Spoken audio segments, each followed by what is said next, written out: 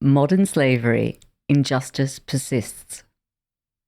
Despite the growing global push to eradicate it, the number of people trapped in modern slavery worldwide has increased in recent years. Can Australia's Modern Slavery Act be fine-tuned for greater impact? By Megan Breen. This article has been edited for audio purposes. Article begins. When Dr. Catherine Christ tries to put modern slavery into context for people struggling to see how they can be part of the solution, she does it very simply. Would you buy a person? She asks.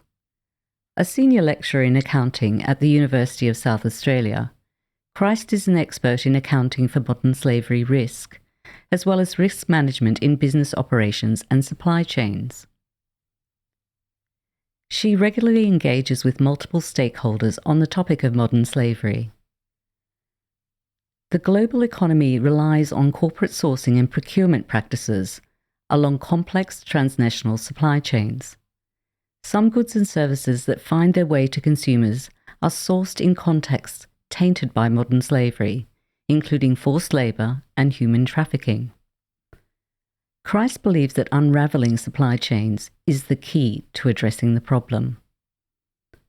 Some people give me a horrified look, and I explain that you've got to take your supply chain seriously.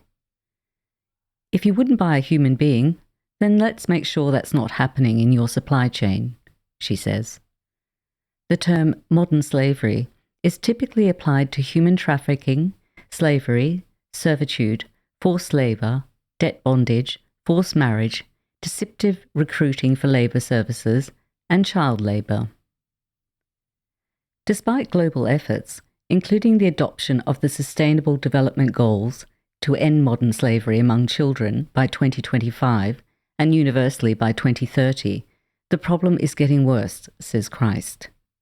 The Global Estimates of Modern Slavery report estimates that 49.6 million people were in some form of slavery in 2021. That is about 10 million more than the previous estimate in 2016, and that figure includes an estimated 15,000 people living in conditions of modern slavery in Australia. In Australia, legislation that focuses solely on modern slavery is still relatively new. Since 1 January 2019, more than 3,000 organisations based or operating in Australia with a consolidated revenue of more than 100 million Australian dollars, have been required to report annually.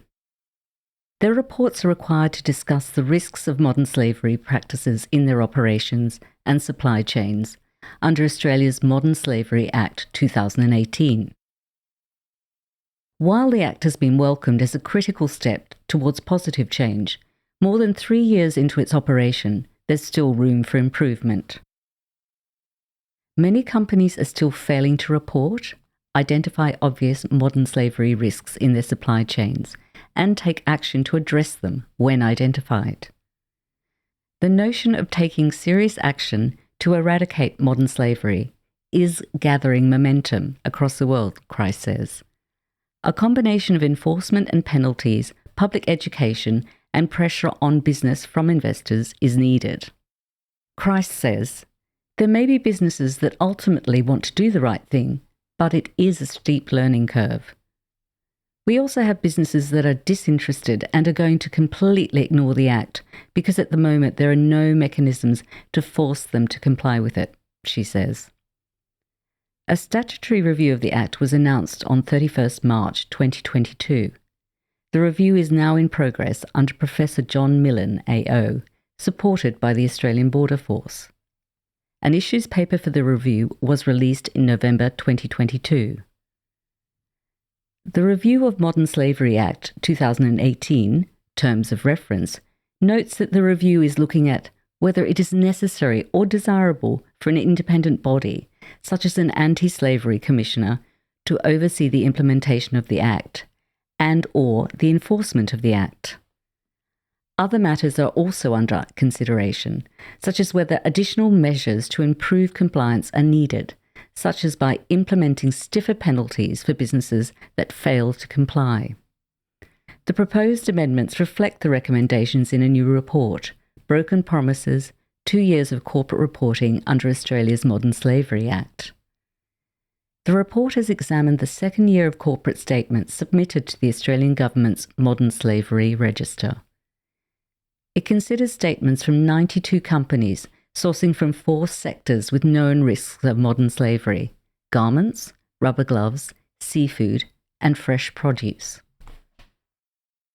The results show that 66% of the companies reviewed are still failing to comply with the basic reporting requirements mandated by the legislation, with some companies not submitting reports at all. A further 43% of companies have failed to identify obvious modern slavery risks in their supply chains. Report co-author Amy Sinclair, senior researcher and regional representative for Australia, New Zealand and the Pacific at the Business and Human Rights Resource Centre, says reporting alone is unlikely to result in transformative changes to corporate practices that are needed to eliminate modern slavery. Companies should be required to take action in the form of effective human rights due diligence. They should be proactively looking for risks of modern slavery in their operations and supply chains and figuring out how they'll address those. Ideally, there would be an investigative element attached to the Commissioner role, rather than just simply being an awareness-raising role. We like to see penalties introduced so that, at a very minimum, companies are actually reporting in accordance with the Act and producing the disclosures that are required, Sinclair says. Patrick Viljoen, CPA, Senior Manager ESG at CPA Australia, says that a recent joint submission to the Australian Government from CPA Australia and Chartered Accountants Australia and New Zealand emphasises the need to move away from a pure compliance focus.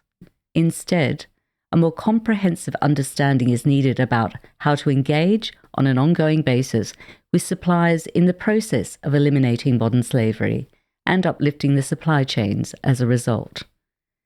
We see the Anti-Slavery Commissioner working in 2 ways, he says. Firstly, to provide appropriate guidance that will be needed for the level of upskilling and support for preparation and reporting. Secondly, to take action. We need to help people understand in practical terms what modern slavery in their supply chains might look like and what they need to do to address it. Looking specifically at the financial services industry, Louise Davidson, CEO of the Australian Council of Superannuation Investors, the ACSI, points to risk areas in supply chains. This includes IT procurement, logistics, and property and building services, such as facilities management, utilities, cleaning, waste management, and security, and print and promotional goods. It can be challenging to have visibility over the IT and other procurement supply chains, so financial services companies need to consider how they can engage with their direct suppliers about their approach and performance in relation to human rights and supply chain management, Davison says. Accountants play a leading role in this space because it involves due diligence and reporting, Christ adds. If you look hard enough, you'll find modern slavery in your supply chains. And if you're unsure of what steps to take, there are a number of organisations that have developed tools that can help businesses engage with their supply chain, Christ explains. I'm working with a brilliant company in New Zealand called Ask Your Team. They have developed an app-based tool that migrant workers, among others, can use to report the conditions they're working under. Their concerns don't guide directly to the person they're working for. They might go to a supermarket chain, for example, who can see where there might be an issue with a particular labour contractor. Once the problems have been identified, organisations can act, says Christ. In addition to the practical tools for business and strengthening the Act, Davidson argues that investors have a significant opportunity to influence and encourage improvements across a wide range of companies and sectors. Due to Australia's reliance on imported goods, businesses are particularly at risk of exposure to modern slavery practices, she says. This creates risk for investors and can affect the commercial success, stability, and longevity of the companies in which superannuation funds invest. Davison emphasises that investors have a responsibility to understand the modern slavery risks across their portfolios. They need to engage with investee companies to ensure they are undertaking effective due diligence, mitigating modern slavery risks across their supply chains, and responding to any material risks or occurrences of modern slavery that arise, Davison says. In a submission to the current review, ACSI has called for a harmonisation of the Act with international jurisdictions, while ensuring that this does not weaken the standards in the Act. Victims of modern slavery also need an avenue for redress, Davidson adds. Australia's efforts to address modern slavery are part of a global conversation. According to Sinclair, there is really an important global trajectory underway. Jurisdictions around the world are introducing human rights. Again, jurisdictions around the world are introducing human rights due diligence processes, laws and regulations, including in Germany, the Netherlands and New Zealand.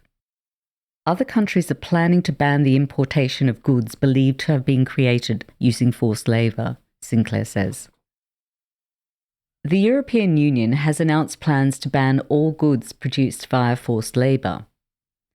The proposal includes the removal of all products made with forced labour from the markets of the 27-nation bloc, including those made in the European Union for domestic consumption, exports and imported goods.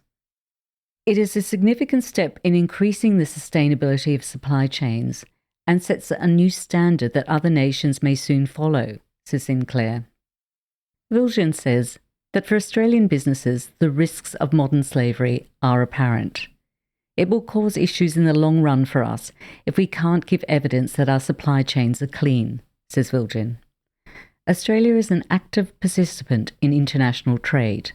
We can't afford to lose competitive advantage because we're not doing the groundwork now or because other jurisdictions are moving at a faster pace than we are. The challenge is in educating businesses to take a different approach, one that is not wholly cost-based, Viljoen says. How do we shift the approach from the cost to a more holistic view where it is about safeguarding human lives? If you've got workers in a shared service centre based in another jurisdiction, you can't just say that falls outside of Australia, therefore I don't need to look at that. Out of sight should not mean out of mind, Viljoen says. Can you, in all good conscience, say that you are safeguarding costs in Australia, but at the expense of a human being in another jurisdiction?